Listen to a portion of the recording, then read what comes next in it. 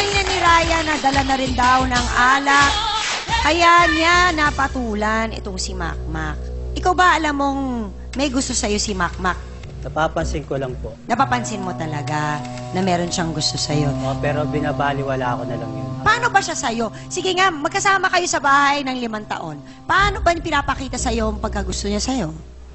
Pag lagi siyang bagong ligo, tapos may siyang suot niya, naka-spaghetti siya, lagi siyang minsan nagpapapansin. Nagpapapansin. Tapos, Paano siya nagpapapansin? kunyari nangihingi siya ng konting barya para... Tapos kailangan ganun ang outfit niya bago siya muna humingi. Ganon. Naka-spaghetti, okay, bagong ligo. Ganun ba yun, Makmak? Nangihingi siya sa akin, tapos lalabas lang daw siya, humihingi ng barya, binibigyan ko naman. Tapos may konting yung yakap-yakap, konting paglalambing. Pero binabaliwala ko lang din yun. Hindi ko binibigyan ng mali siya. So sinasabi mo talaga sa akin na bago nangyari yon noong June 15, walang kahit na anong relasyon o kahit na anong... Wala. Ano ba? Pangyayari sa banyong katulad ng ano ba? Walang kahit na anong lambingan na nangyari sa inyong dalawa. Maliban sa relasyon yung bilang stepdad at anak. Ganon. Wala po. Wala talaga. Bakit nung araw na yon ay bumigay ka? Dala rin po ng... Anniversary nyo pa naman, 5 years. May handaan. Ang dami namang inuman nangyari sa inyo. Bakit ngayon pa? Ba't ngayon pa? Yun nga po, dala na rin po nung medyo nakainom na rin ako. Hanggang saan ba umabot ang mga pangyayari sa banyo? Pag nakahihi na ako, tapos pagharap ko nandun na siya sa may O sige nga, ikaw nga magkwento. O di umihi ka. Pagharap mo, Nandun siya sa may labas, sa may katapat lang ng ano, nakaupo siya, numihi. oh. Tapos pagbukas ko Paano yun pag tayo mo? Kasi niisip ko kung anong itsura ng banyo nyo. Parang ang laki-laki nitong banyo, hindi kayo agad nagkita. Kortina nga lang ang pagitan eh. may kurtina ron, tapos yung pinaka-toilet niya, pinaka-CR niya, may nakaharang na pader. Kaya hindi mo agad nakita. O, tapos? Tapos nung paglabas ko na nga, nakita ko siya nakaupo. Bigla siyang tumayo. Tapos pumunta kami sa loob na paano napapasok kami ngayon sa loob. Tapos yun nga yung mga... Paano kayo kasi nga hinawakan ka niya. O, tapos? Tapos yun, nahalik-halikan niya ako, tinutulak ko siya. Sabi ko, lasing ka lang, nakainom ka lang. Huwag mong gawin to, sabi ko sa kanya. Tapos naano niya ako na, eto na eh, ayaw mo ba? Ayaw mo ba? Na ganun niya ako. Siyempre, lalaki lang po ako na nakainom niya. Ayan na nga. Ito na nga yung lalaki lang ako, tao lang ako. O, tapos ano nangyari? Tapos yun, nahalikan ko na siya. Tapos bigla may nakakita sa amin. Iisip ko muna nararamdaman ko noon bago mo ginawa yun. Anak ko yan eh. Asawa mo ako. Kahit anong lasing mo. Kalokohan yun pag nakayang hindi nyo alam ginagawa mo. Nag-iinom kayo. Mga kasabihan pag nag-iinom nilalagay sa dyan, hindi sa ulo. Ay, tapusin natin yung kwento. O, doon naghahalikan kayo, Di naman ho talaga totaling may nangyari na tuloy sa amin. Nung nataon lang po na may nakahuli sa amin, eto nga, tismosang yan. Ay, totoo yun. Hindi ako tismosa. Nahuli niya kung kami. hindi kayo nahuli, eto na, tanong ko, paano kung hindi kayo nahuli? Yung Eh di anak natapos ito, natuloy. Parang ano,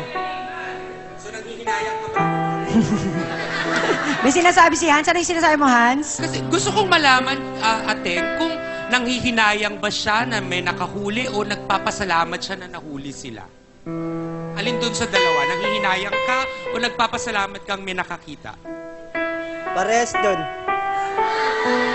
Lalaki talaga, ganon? Kapal ang mukha mo, Bunggoy. Kala ko ba nagsisisi ka? Yung pagsisisi pala niya nagsisisi siyang hindi natuloy. Teka muna, Ryan. Kasi ayon sa aming research, nang kinausap kayong magkahiwalay, umamin kayo na umabot sa sapin-sapin ang mga pangyayari sa banyo. Bakit ngayon ang sinasabi niyo hanggang halikan lang? Ano ba talaga ang totoo? Nangyari talaga.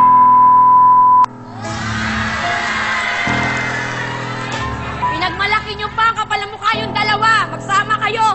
Sorry na ako, be. Isang manlulokot, isang black sheep. Alam mukha niyo. Makmak, kala ko. Malaki pa kayo! Malaki pa! Ah, Nagbalati mo pa! Panloloko mo sa akin! Hindi ka na nahiya!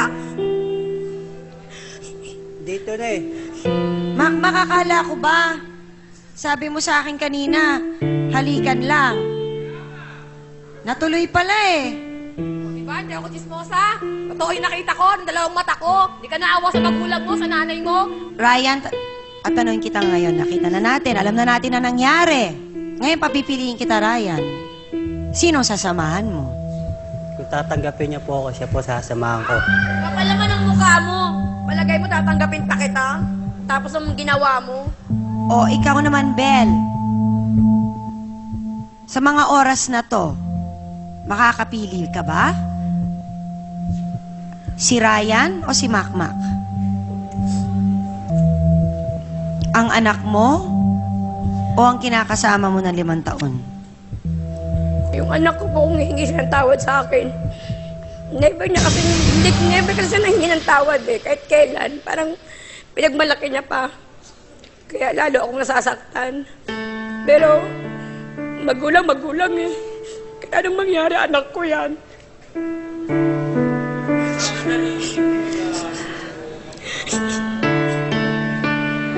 Siguro panahon na para mag-isip-isip ka, Makmak. Nakita mo naman ang sinabi ng nanay mo sa kabila na nagawa mo. Ngayon, Makmak, ikaw naman ang papipiliin ko. Si Ryan o ang nanay mo?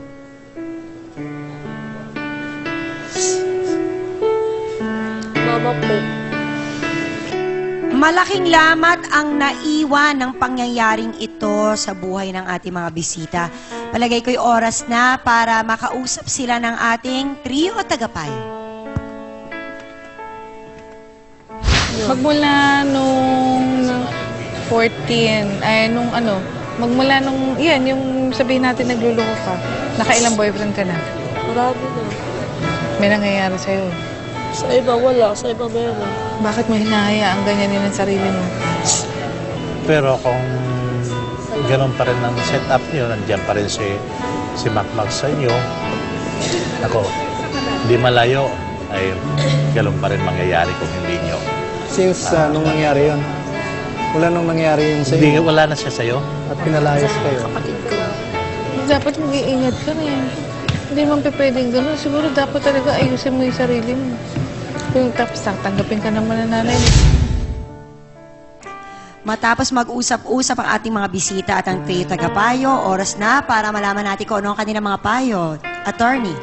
Ang nakikita kong tamang naging desisyon ni Bel dito ay yung pagpili niya na mas nakakahigit pa rin yung kadugo niya kesa tawag ng laman. Sa makatuwid, ako ay saludo sa iyo, Bel, na kahit na masama ang loob mo sa iyong anak na si Makmak at maging dito sa kinasama mong si Ryan, nang piliin mo itong si Makmak na arugain pa rin, yun ay kahanga-hanga sa iyo. Manatili ka sa ganung pananaw, sapagkat kahit na anumang pagkukulang, meron man ang ating mga anak sa ating mga magulang, ako ay naniniwala na hindi sapat ang anumang pagkukulang upang itakwil natin ang ating mga anak. Kundi manatili tayo sa isang magulang nag-aaruga, nagpapatnubay, gumagabay sa ating mga anak hanggang sa ating mga kamatayan. Yun lamang. Aling Bel, ang mga bata po, iba-iba po ang pagtugon nila sa inyong pagbibigay ng response sa bawat aksyon nila. Kahit nila sabihin nyo na, ba't ganyan yan? Or bakit yung dalawang anak ko okay naman, bakit itong si Makmak hindi? Kaya nga po lalo nating bibigyan ng tamang atensyon. Sabi nga ni attorney, yung tamang gabay, mas dapat eh. Lalo nga 19 years old yan. Alam nyo kung anong dapat nyo ipagpasalamat, 19 years old yan. Hindi ho nagbuntis, hindi ho nag-asawa kaagad. Hindi po nung kagaya, kasi pinipilit nga niya na hindi maging katulad yung mga nangyari sa inyo. Kaya lang napunta sa hindi magandang pamamaraan. Siguro, ito ho ay isang oportunidad na para mas matutukan nyo. Hindi ibig sabihin na huli. Kasi kung bakit sinasabi kong hindi pa huhulihin lahat, kung nakita niyong humagulgol kanina dito si Makmak, hagulgol ng bata ang pinakita niya. Hindi hagulgol ng isang dalaga na or isang adult. Pinapakita niya na, Nay, bata pa ako. Akala niyo lang matibay ako pero mahina ako at kailangan ko ng gabay. Yun lang. Hindi ba niyo alam na sa ating banal na kasulatan, ang tinuturing pong black sheep ay yung pong nararapat bigyan natin ng pansin. Dahil sinabi po ng ating Panginoon na kung may nawawalang tupa, ay iiwan po ang siyam at hahanapin po ang naliligaw na tupa. At itong naliligaw na tupa ay laman ng iyong laman, ang iyong anak na si Makmak, na dapat siya ang mas pinili mo kaysa kay Brian na hindi nagmula sa iyong laman. So si Makmak ang naliligaw at sinasabi mong black sheep ay dapat siya ang hinanap mo, siyang pinagtuunan mong pagmamahal. Di ba? Hindi yung sarili mo, hindi ang kaligayahan mo, kundi ang kaligayahan po ng iyong anak.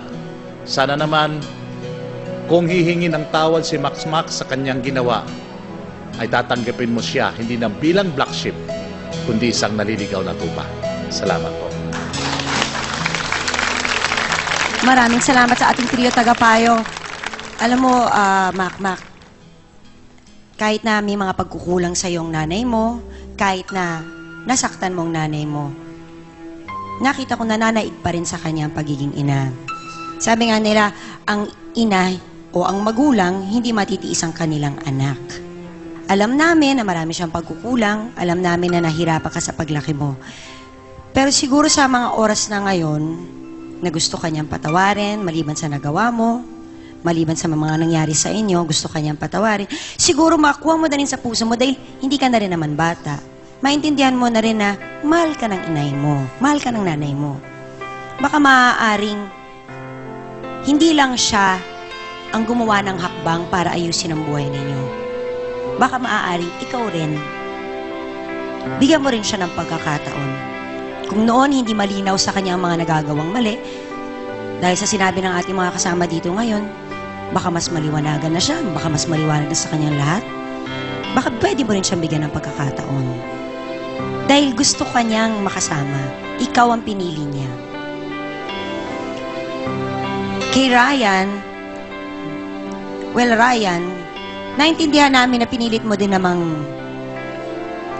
pigilin ang mga pangyayari sa inyo ni Makmak. Kaya lang, hindi siya sapat. At kahit humihingi ka ngayon ng tawad, lahat naman tayo pag may ginagawang kasalanan, humihingi tayo ng tawad, pero hindi ibig sabihin nun, absuelto agad-agad. Kakaiba itong nagawa ninyo. Anak niya yon. So kahit na humihingi ka ng tawad, mo din naman asahan na, humihingi na ako ng tawad eh. Tapos na. Hindi rin naman ganun.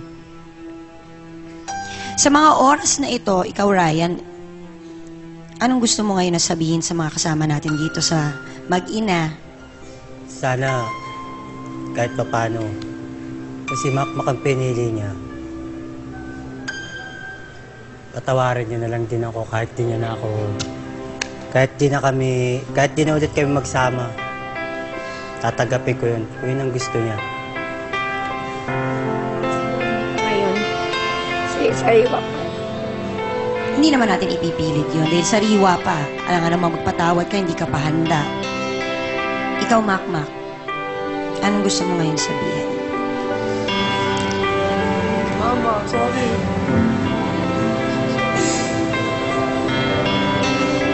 Sorry kasi kala ko yung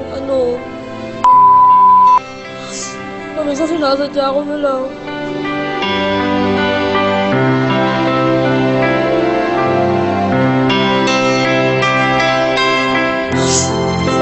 kasi.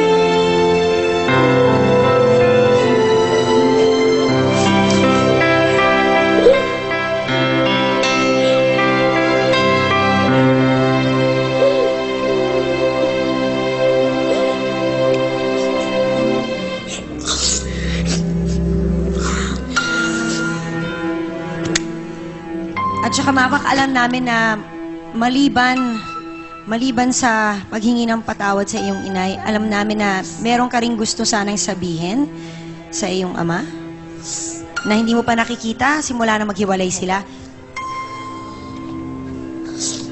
Hindi ko na sa papa ko. Sana, kung buhay ka pa, paramdam ka naman. Alam mo saan kami pupuntahan eh. Lalaki na kami pa. Kamusta ka naman? Yun lang. Sana nga ay marinig ka niya. Sana ay makarating sa kanya ang mensahe mo. Ikaw, Belle, siguro marami kang iniisip ngayon. Anong gusto mo sabihin sa kanila? Unahin mo na si Ryan kung meron kang pang gustong sabihin. Kay Ryan, alam ko naman na totoo naman yung sinabi niya. Sa loob ng 5 taon, hindi naman siya nagkasala sa akin, kundi yung time lang na yun. Pero hindi ko na kaya siyang tanggapin eh. Wala na akong tiwala. Kaya mas gustuhin kong piliin yung anak ko para kung ano man yung mga naging pagkukulang ko, maitama ko yung maituwid ko. Sabihin niyo na lang po sa kanya. Ma, kung nagkulang man ako sa'yo, sorry. Medyo sobrang nai-stress lang ako sa naging kalagayan namin ng papa mo na iniwan ka sa 3 kayong naiwan sa akin. Sa lahat-lahat na lang na yun, napatawad mo ko. Sana maging okay ulit tayo bilang magnanay. Mahal na mahal kita. Mahal.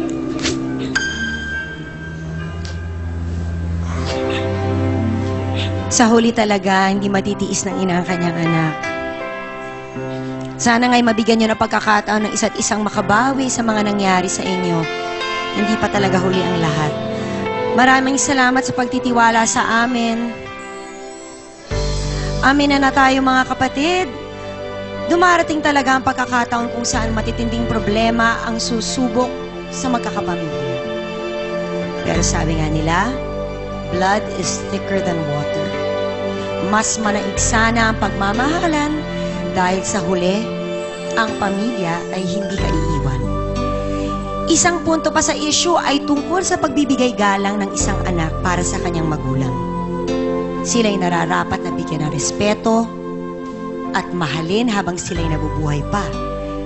Dahil ang bawat magulang ay handang gawin ang lahat para ang mga anak nila'y magkakaroon ng mas magandang buhay.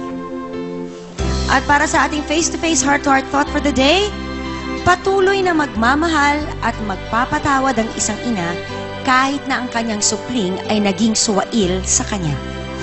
Maraming salamat sa ating co-host na si Hans Mortel. Salamat din sa Dance Squad. B1 at B2. Ang ating trio tagapayo.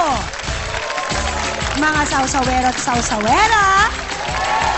At syempre sa ating mga bisita nagtiwalang ayusin ang kanilang problema. Ako po uli ang inyong pambansang kapitana na si Ating Jelly na lagi nagpapaalala ang problema pwede mong tawanan pero hindi mo yan dapat talikuran. Kaya kung may problema ka, harapin mo, pag-usapan natin yan.